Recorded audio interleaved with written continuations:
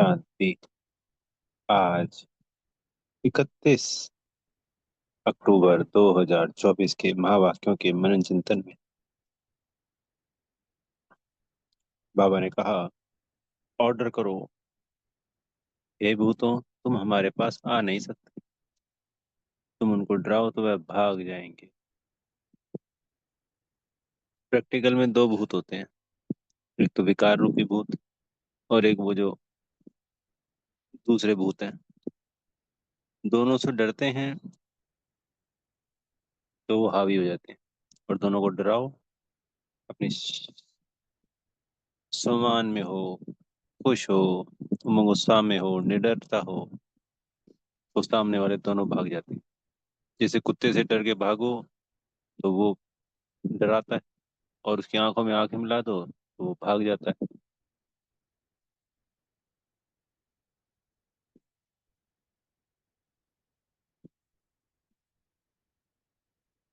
इसी तरीके से आज बाबा कहते हैं,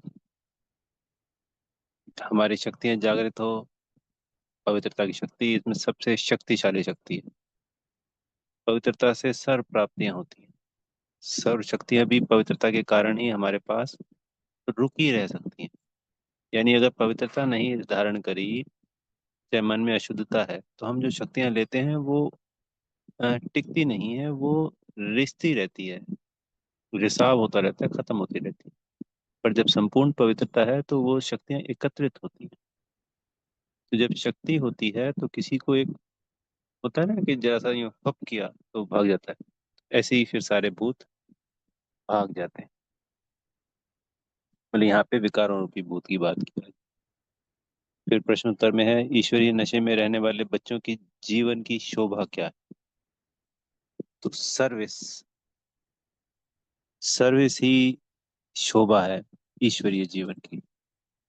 सदा नशा होना चाहिए कि जो बाबा से मुझे प्राप्त हुआ है, मुझे आत्मा को, वो मेरे बेहद के सभी आत्माओं को प्राप्त हो। सभी आत्माएं वो प्राप्ति, वो खुशी, वो शांति, वो प्राप्त करे, वर्षा प्राप्त करे अपने बाबा से, जो मुझ आत्मा को मिला है।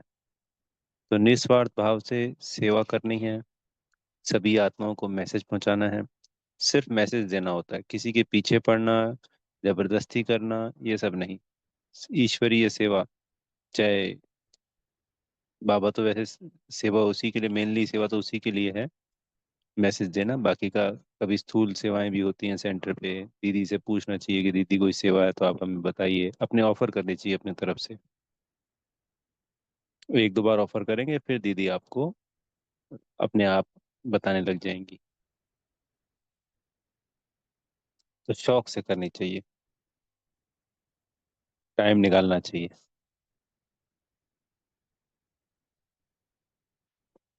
पर बाबा ने इसमें ये भी कह दिया कि तीर तब लगेगा जब अंदर कोई भूत ना हो। वही पवित्रता की शक्ति जब होएगी तब भूत नहीं होएगा। पर जब पवित्रता की शक्ति होती है तो दूसरे पे प्रभाव पड़ता है।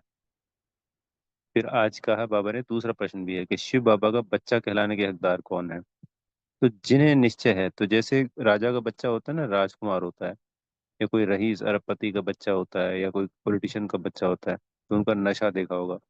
वो देह अभिमान है, पर ये सिर्फ समझाने के लिए है। यहाँ तो बाबा के हम भगवान के बच्चे हैं, तो रॉयल्टी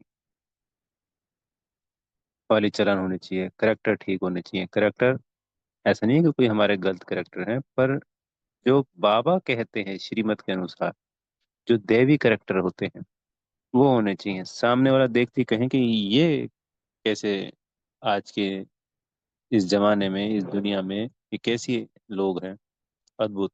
ऐसे तो लोग होते ही नहीं, हमने देखे ही नहीं।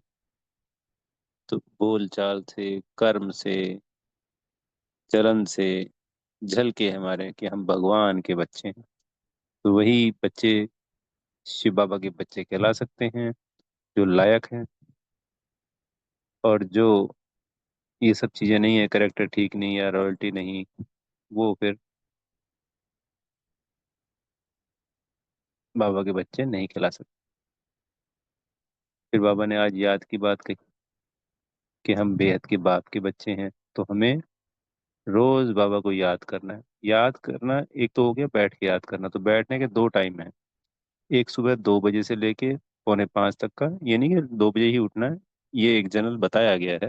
वैसे जनरली 4 से 4:45 का समय है। तो ये पौना घंटा है, पर कोई आत्मा की इच्छा है, कर सकता है, क्षमताएं हैं, तो 2 से 5 में कभी भी उठ के ये सेवा, बैठ के बाबा को याद करने का। और नुमा शाम 6:30 से 7:30 का समय है। उस समय भी हम बाबा को याद कर सकते हैं और बेहद की आत्माओं को शक्तियां दे सकते हैं,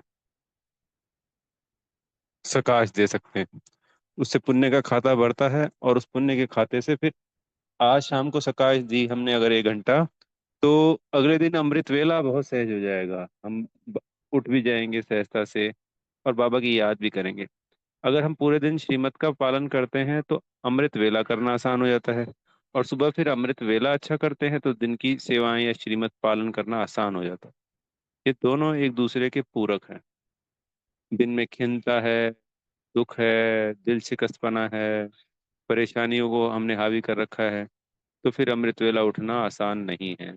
हैवी भोजन ले रहे हैं, तब भी ये आसान नहीं है।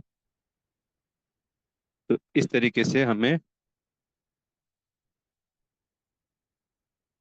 सुबह और शाम की याद के अलावा जो हम दिन में कर्म करते हैं, वो कर्म भी हमें बाबा की श्रीमत के अनुसार करने हैं, बाबा की याद में करने हैं। जैसे स्थूल कर्म बताया ना बाबा ने, जैसे बहनें हैं तो चाहे वो भोग बना रहे हैं, और चाहे हम गाड़ी में जा रहे हैं या ऑफिस में थोड़ा समय खाली है, तो उस समय हमें बाबा की याद में कर सकते हैं। और कोई स्थूल वर्क कर रहे हैं, तब भी हम बाबा की याद में कर सकते हैं। तो अनेक अनेक तरीके हैं। सुमान में रहना भी बाबा की याद है, अपने को आत्मा देखना वो भी बाबा की याद है।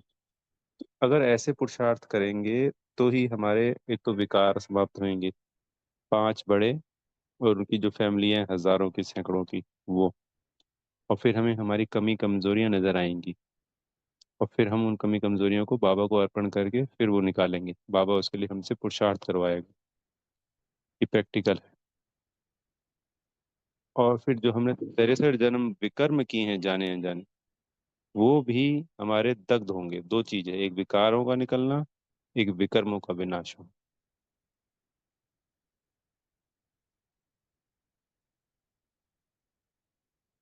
और फिर बाबा ने आज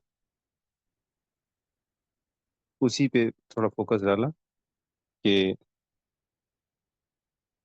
बाबा का बच्चा वही कहलाएगा जो रॉयल्टी के साथ चलन होएगी, सदा उसको नशा रहेगा, बाबा की याद में रहेगा। तो ये सब चीजें प्राप्ति कहाँ से होंगी? बाबा जितना भी हमें ज्ञान देते हैं, सब एक दूसरे पॉइंट की कड़ियाँ एक दूसरे से जुड़ी हुई हैं। एक कड़ी जोड़ते हैं, दूसरी अपने आप आ जाती है। हमने बाबा की श्रीमत को फॉलो किया तो बहुत सारी चीजें आती हैं। एक शक्ति की हमने प्राप्ति की, उसके साथ दो शक्तियां आती हैं। हमने दो तीन शक्तियां प्राप्त की तो एक शक्ति और आती। इस तरीके से प्राप्तियां इसमें अथाह हैं।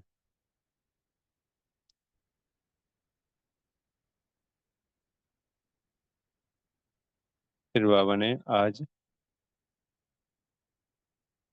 ये भी कहा कि भाई कई बच्चे हैं जो अपने बाप की बायोग्राफी को नहीं जानते, तो वो जैसे भुट्टू हैं, तो कुछ बता नहीं सकते, कुछ समझ नहीं सकते, कुछ समझा नहीं सकते, तो फिर वो क्या कहलाते हैं? बाबा ने आज एक और शब्द कहा, बंदर बुद्धि। बाबा इसलिए कहते हैं कि हम रियलाइज करें कि हम कहाँ गलतियां कर रहे हैं, हम अपना परिवर्तन करें, और हम ये देखें कि हम कहाँ देवी देवता, और कहाँ आज हमसे बाबा का ज्ञान नहीं समझ में आ रहा, हम आगे नहीं समझा पा रहे। तो उसके लिए हम पुरुषार्थ करें। कोई नीचा दिखाने का उद्देश्य नहीं होता बाबा का, ऊंचा और आगे बढ़ाने का उद्देश्य होता है कि हम क्या से क्या बन चुके हैं। अभी हमें बच्चों को ये रियलाइज ही नहीं हो पाता कि हम कितनी ऊंची हस्ती हैं और हम क्या बन चुके हैं।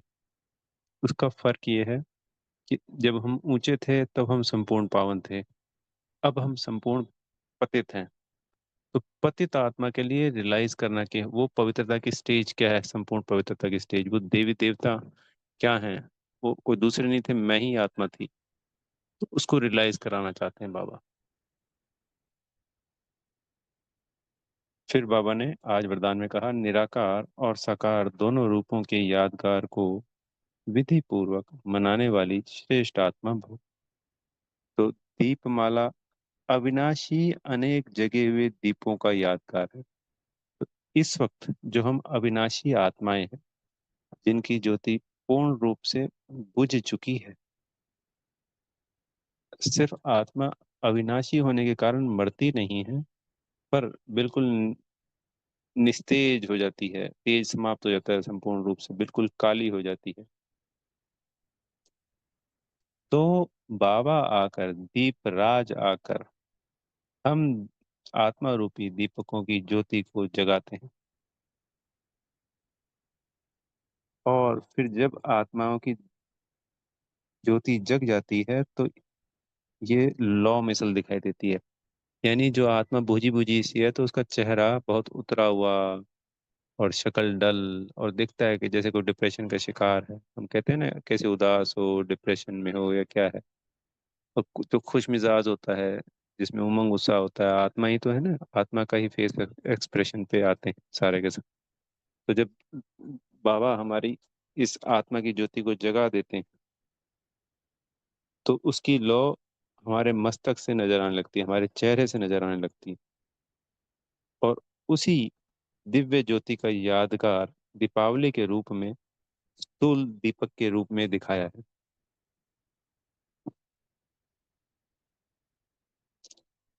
तो बाबा ने इसमें कहा, एक तरफ तो यह निराकारी आत्मा का रूप का यादगार है। तो निराकारी आत्मा का रूप का यादगार क्या हो गया?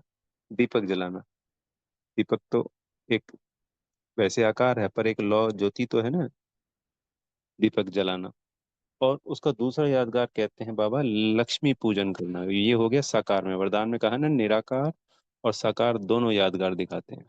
तो निराकार तो हो गया आत्मा की ज्योति जगाना, और साकार हो गया हमारे साकार रूप लक्ष्मी नारायण की हम जो प्राप्ति करते हैं, उसका पूजन होना, दीपावली। तो बाबा कह रहे हैं, ये जो हम दीपावली मना रहे हैं, हम श्रेष्ठ आत्माएं अपना ही यादगार, चाहे दीपक जला रहे हैं तो निराकार स्वरूप का यादगार हो गया। और जो लक्ष्मी पूजन हम तो नहीं कर रहे, पर जो आत्माएं कर रही हैं या हमने जब किया था, तो अपने ही यादगार को मनाया था स्वयं। अच्छा। ओम शांति। बेहद का धन्यवाद मेरे प्यारे मीठे बाप दादाजी का, आप आत्मा भाइयों का दीपावली की बेहद की शुभकामनाएं। हमेशा आत्मा रूपी ज्योत जगती रहे। बाबा से सर्व शक्तियों का घृत इसमें रोज बढ़ता ही रहे, बढ़ता ही रहे, और संपूर्ण पावन बनकर पूरे विश्व में इसकी जगमग फैले, इसकी चमक फैले। मुझे आत्मा भाई की, आप सब आत्मा भाइयों को बेहद की शुभकामनाएं। सदा जागती ज्योत रहे। ओम शांति।